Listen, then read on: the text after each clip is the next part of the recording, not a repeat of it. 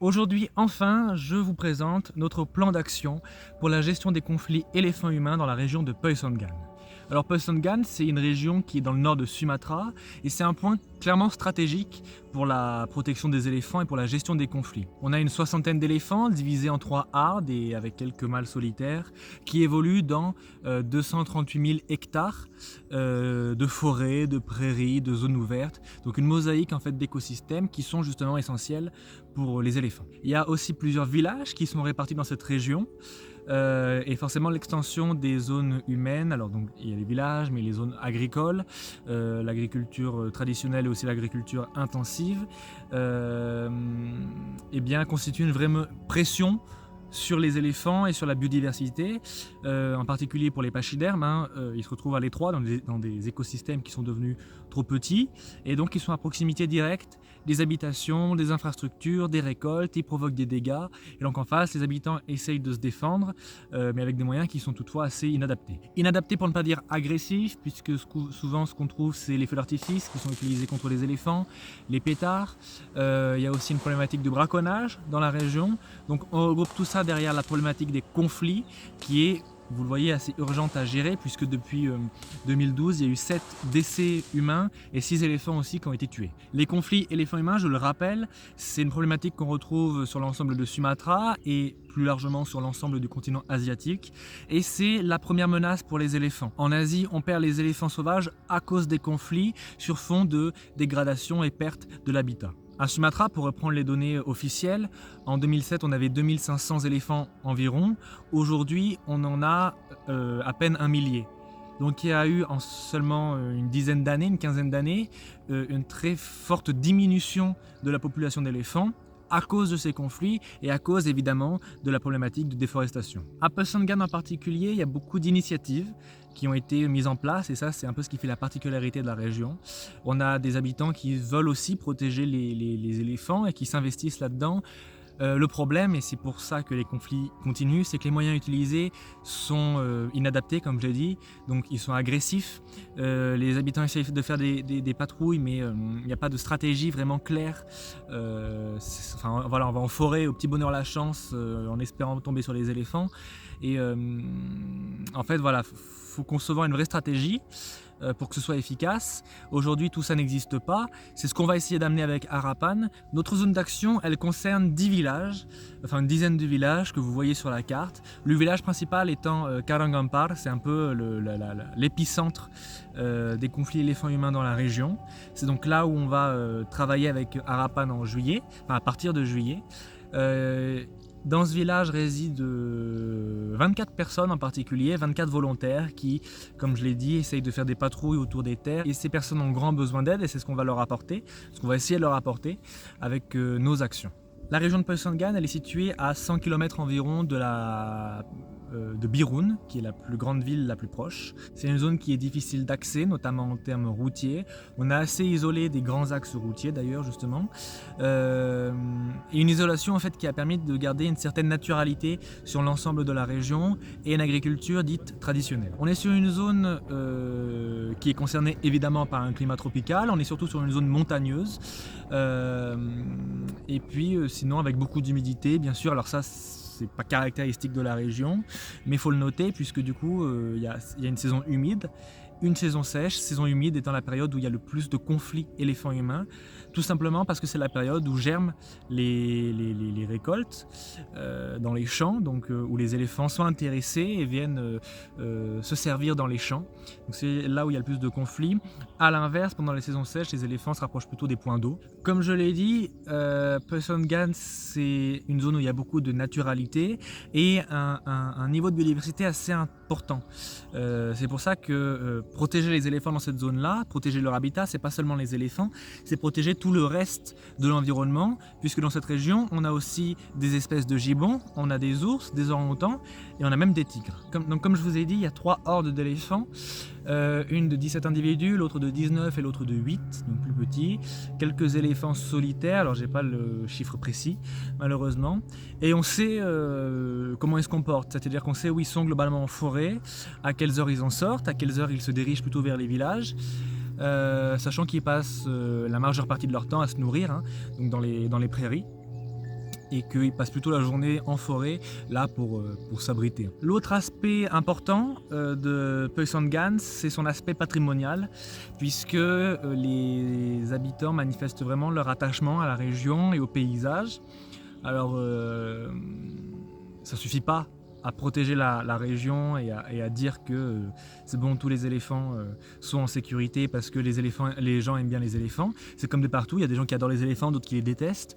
Mais il y a cet aspect patrimonial qui est important et sur lequel on peut se reposer en fait pour mener nos actions, puisqu'on est là aussi pour protéger une espèce qui a une importance aux yeux des personnes qui ont grandi avec. Depuis qu'ils sont petits, protéger des forêts, des paysages qui font la richesse de la région. Donc en fait, c'est vraiment multifactoriel. Ces dernières années, bien sûr, se sont étendues les zones agricoles, surtout les zones d'agriculture intensive, industrielle. Donc forcément, il y a eu une vraie mise en tension entre les zones utilisées par les humains et les zones utilisées par les éléphants. Donc c'est en 2012 qu'il y a eu vraiment l'essor des plantations industrielles et à ce même moment sont apparus les conflits parce qu'en fait les trajectoires de migration des éléphants ont été perturbées. Donc de ce fait, les animaux se sont retrouvés à passer à côté des villages, à côté des terres agricoles. Donc c'est là qu'on a eu les premiers conflits. Et aujourd'hui à Peusangan, les conflits éclatent 10 à 20 fois chaque mois. Alors il y a plusieurs initiatives, comme je l'ai dit, qui ont vu le jour. Dès 2012, il y a eu plusieurs études faites sur l'écosystème, sur le fonctionnement écologique de l'écosystème et la façon dont évoluaient les éléphants dans la zone. Donc beaucoup de suivi, beaucoup d'inventaire. Donc un aspect vraiment purement scientifique. Après, il y a eu quelques initiatives aussi gouvernementales. Il y a une unité de la Conservation Response Unit qui a été implantée là-bas pour essayer de repousser les éléphants. Quelques villages se sont aussi associés pour déterminer des zones à laisser aux éléphants, c'est-à-dire déterminer des zones où les humains n'iraient pas faire de l'agriculture, n'iraient pas tout simplement et laisseraient ces zones-là aux éléphants. Donc voilà, il y a eu des accords qui ont été passés comme ça afin de faire un partage des terres entre les éléphants et les humains. Et puis il y a des aménagements qui ont été mis en place, des tranchées, des clôtures électriques. La question évidemment, c'est pourquoi malgré tout ça, les conflits sont toujours présents. Et ça c'est ce que j'ai dit et du coup je me répète, mais il y a un vrai manque de coordination entre toutes ces actions-là. Et en fait, c'est pas assez pragmatique pour pouvoir repousser les éléphants sans leur faire de mal sur le long terme. Malgré tout, il y a quand même un cadre juridique qui est important à rappeler, des lois sur la protection de l'éléphant, des plans d'action sur lesquels dont on a suivi les grandes lignes directrices lorsqu'on a fait le nôtre, et aussi la déclaration de Jakarta, donc une grande déclaration qui a été signée par divers pays d'Asie du Sud-Est, dans laquelle ils s'engagent à faire le maximum pour protéger les éléphants qu'ils ont sur leur territoire. Donc en fait, déjà là, à ce stade-là, moi je suis en fait en train de vous présenter chapitre par chapitre notre plan d'action. C'est beaucoup de rappels, beaucoup d'éléments sur lesquels on vient se baser. Des éléments théoriques, des éléments plus concrets, et tout ça nous permet en fait d'avoir une vision claire et précise de la situation sur place, au niveau de Sumatra, mais aussi surtout au niveau de Peusangan. Et ça, c'est important d'avoir ce contexte qui est connu, qui est maîtrisé, pour ensuite pouvoir vraiment proposer des actions plus concrètes, plus efficaces, et entrer vraiment dans l'aspect actif de nos activités. Et justement, en parlant d'activités, on a aussi un pan de notre travail qui s'est porté sur les activités économiques. Alors à Peusangan, c'est essentiellement de l'agriculture qu'on va dire vivrière, nourricière. Il y a aussi beaucoup d'agriculture plus industrielle, surtout liée aux palmiers à huile. Et globalement, il y a certaines difficultés à diversifier les activités économiques. C'est une des causes un peu sous-jacentes des conflits en fait entre les éléphants et les humains. C'est que l'agriculture, il n'y a que ça qui permet de faire vivre, enfin essentiellement ça qui permet de faire vivre le village. Donc dès qu'il y a des dégâts générés par les éléphants sur les récoltes, forcément ça atteint plus largement le cadre de vie, la qualité de vie et le niveau de vie. Pour vous donner une idée justement sur l'ensemble de la province d'Aceh, donc dans laquelle nous on travaille, les pertes liées aux éléphants, les pertes liées au conflit sont estimées à 6 milliards de roupies indonésiennes, soit environ 330 500 euros. Donc déjà là, qu'est-ce qui ressort de tout ce qu'on vient de dire? Déjà, c'est qu'on a 3 enjeux principaux. Le premier, il est écologique, il est lié à la protection des éléphants. Comme je vous ai dit, on a 60 individus qui évoluent dans la région, qui entrent en conflit avec les humains. C'est parfois très violent. Il y a des décès, il y a des blessés aussi. Il y a des attaques, des charges, de l'empoisonnement aussi. Donc tout autant de menaces qui viennent fragiliser ces populations d'éléphants. Le deuxième enjeu, il est social, puisque ces conflits, ils affectent donc les éléphants d'un côté, mais aussi les habitants qui se sentent aujourd'hui un peu abandonnés, qui savent plus trop comment faire pour gérer les conflits, qui vivent dans le stress, dans l'anxiété et qui ont une qualité de vie qui s'est vraiment détériorée à cause de ce conflit-là. Et enfin, je l'ai dit, le troisième enjeu, il est économique, cette fois-ci avec les pertes liées aux éléphants. Il faut aussi rappeler que toutes les stratégies qui ont été mises en œuvre, elles sont aussi très coûteuses pour finalement assez peu de résultats. Donc on a vraiment 3 questions, 3 axes qui se dégagent, écologique, social, économique. Et nous, on essaye de répondre à ça avec ce plan d'action et avec le travail qu'on va déployer dès juillet. On a donc, nous, en tant qu'association, plusieurs objectifs de gestion. L'objectif principal étant évidemment d'atténuer les conflits éléphants-humains. Et en termes de sous-objectifs, on a repoussé les éléphants par de la soft mitigation. Alors ça, je reviendrai dessus dans une prochaine vidéo, mais globalement, on parle de gestion douce et efficace pour éloigner les éléphants des zones de conflit.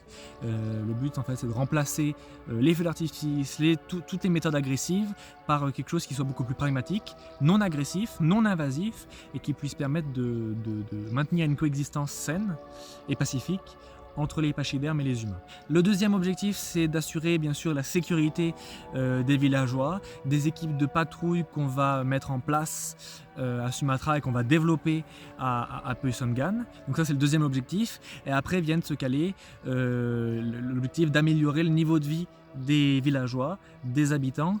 Et en fait, vous voyez que tous ces objectifs se répondent et qu'en venant gérer les conflits pour les éléphants, on vient aussi gérer les conflits pour les habitants, et ce, sur au niveau de différents aspects. Notre travail, il est possible grâce à différents acteurs indonésiens, différents acteurs du territoire qui vont nous aider et qui travaillent avec nous pour faire aboutir les actions dont je vais vous parler juste après.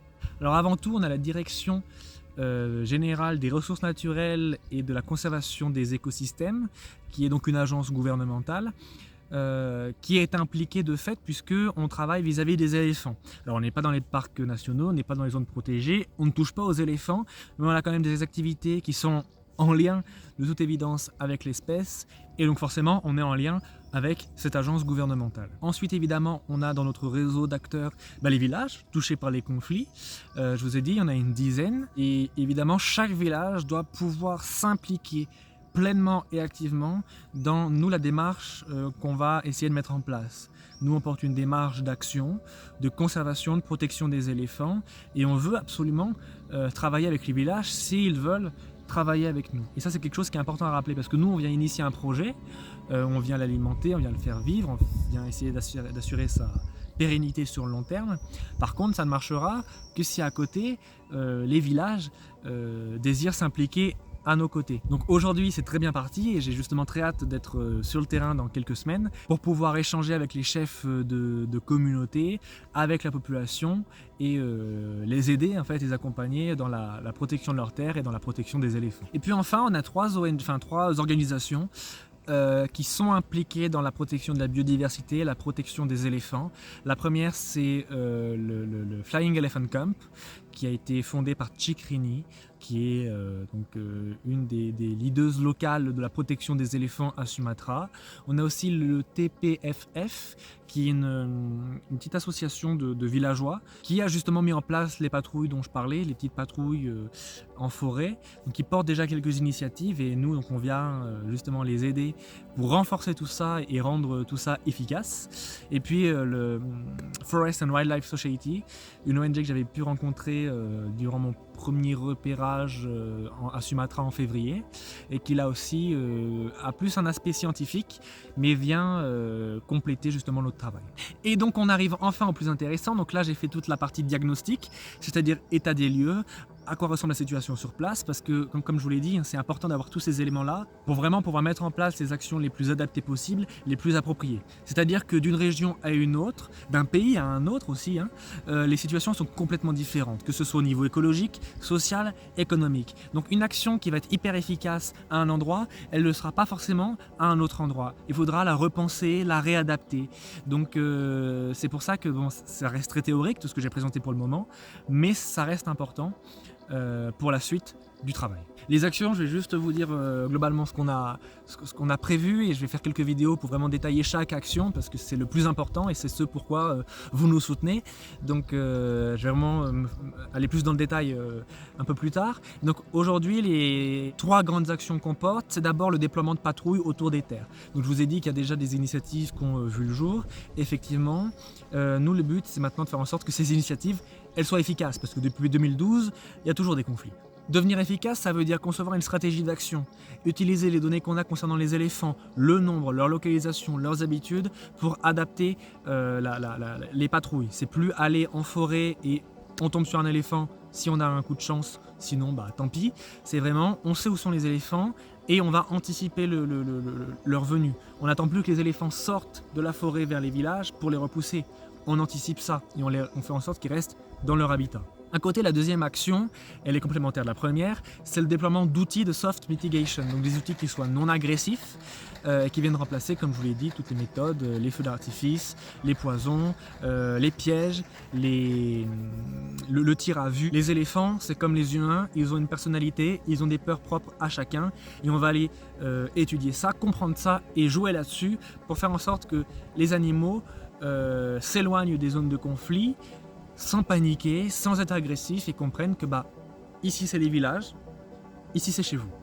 Cette vision-là, elle s'écarte un peu de l'idée qu'on peut entendre généralement selon laquelle tout le monde peut vivre sur la même terre, sur la même parcelle. Ça, c'est pas vrai. C'est pas vrai, surtout concernant les éléphants. Ceux qui ont voulu mettre ça en place en Asie ou en Afrique, ils en ont vu les conséquences. Il y a eu des morts, des décès, des attaques. C'est tout simplement pas possible. C'est important que chacun reste dans son habitat. Bien sûr, ça n'a de sens que si à côté on vient protéger l'habitat des éléphants et ça évidemment ça fait partie de notre stratégie d'action à plus long terme évidemment. La troisième action elle ressemble un peu à la deuxième, là on parle de la boîte à outils pour la gestion des conflits éléphants-humains.